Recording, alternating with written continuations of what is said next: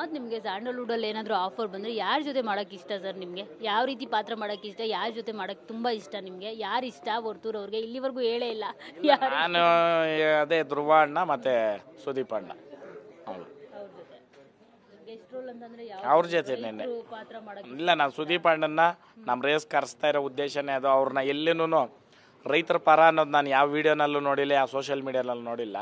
ನಾನು ಒಳಗಡೆ ಇದ್ದಾಗ ನಾನು ಕೊಟ್ಟಿರ್ತಕ್ಕಂಥ ಗೌರವ ಮತ್ತು ಅವ್ರು ಹೇಳ್ತಾ ಇದ್ದು ಒಂದೊಂದು ಮಾತು ನುಡಿ ಮುತ್ತುಗಳಿದ್ದಂಗೆ, ಕೋಟಿಗೊಬ್ಬ ಅನ್ನೋ ಹಂಗೆ ಕೋಟಿಗೊಂದು ಮಾತು.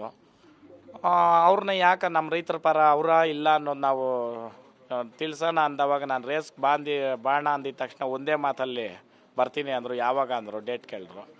ಯಾಕೆ ಅಂಥವ್ರನ್ನ ನಾವು ಅವ್ರ ಹೆಸರು ಹೇಳ್ಬಾರ್ದು ಅಲ್ವಾ? ಅವರು ರೈತರ ಪರ ಇದ್ದಾರೆ. ಅವ್ರಿಗೆ ಅಣ್ಣವ್ರಿಗೆ ತೋಟ ಇದ್ದರೆ ಅವ್ರ ತೋಟಕ್ಕೆ ಹಳ್ಳಿ ಕಾರ್ ನಾನು ಗಿಫ್ಟಾಗಿ ಕೊಡ್ತೀನಿ, ಅಣ್ಣನ ಹತ್ರ ಹೋಗಿ ಮಾತಾಡ್ತೀನಿ.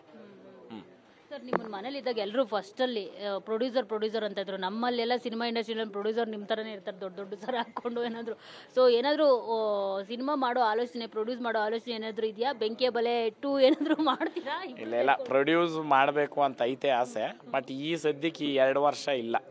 2 ವರ್ಷ ಆದಮೇಲೆ ಮಾಡೋಣ ಅಂತ ನೋಡೋಣ, ಅವಕಾಶ ಸಿಕ್ಕಿದ್ರೆ. ಯಾಕಂದರೆ ಸುದೀಪ್ ಅಣ್ಣವರು ಅವರು ಇದರಲ್ಲಿ ಏನೋ ಒಂದು ಸಮ್ ಆಫ್ ಪಾರ್ಟಲ್ಲಿ ಮಾಡಿ ಒಂದು ಮಾಡೋಣ ಅಂತ ನೋಡೋಣ, ಮುಂದಿನ ದಿನಗಳಲ್ಲಿ ಮಾಡೋಣ. ಬೆಂಕಿ ತನಿಷನ್ ಹಾಕೊಂಡು ಏನಾದರೂ ಒಂದು ಸಿನಿಮಾ ಮಾಡ್ತೀರಾ? ಬಿಕಾಸ್ ನೀವು ಬೆಂಕಿ ಫೋಟೋ ಹಾಕ್ಲಿ, ಇಲ್ಲಿದ್ರೆ ವಿಡಿಯೋಗಳಲ್ಲಿ ಫುಲ್ ವೈರಲ್ಲು. ಏನು ಹೇಳ್ತೀರಾ ಸರ್ ಈ ಒಂದು ಪ್ರೀತಿಗೆ? ನಿಷ್ಕಲ್ಮಶವಾದ ಸ್ನೇಹ ಸಂಬಂಧ. ಬಣ್ಣ 100 ಬಣ್ಣ ಹಾಕ್ಬೋದು, 100 ಬಣ್ಣ ಕಟ್ಬೋದು. ಅವರು ಬ್ಯಾಕ್ಗ್ರೌಂಡು ಅವರು ಇದೇ ಬೇರೆ, ನಮ್ಮದೇ ಬೇರೆ. ಬಟ್ ಒಂದು ಸ್ನೇಹ ಅಂತ ಬಂದವಾಗ ನನಗೆ ಅವ್ರು ಕೊಟ್ಟು ಗೌರವ,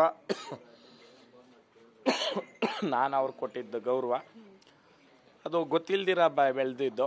ಅದು ಎಲ್ಲ ಕೊನೆ ದಿನಗಳವರೆಗೂ ಅದು ಸಸ್ಟೇನಾಗಿ ಬಂತು. ಮುಂದಿನ ದಿನಗಳಲ್ಲೂ ಅದು ನಾವು ಮುಂದುವರಿಸ್ತೀವಿ. ಅದರಲ್ಲಿ 2 ಮಾತಿಲ್ಲ. ಒಳ್ಳೆ ಸ್ನೇಹ ಬಾಂಧವ್ಯ.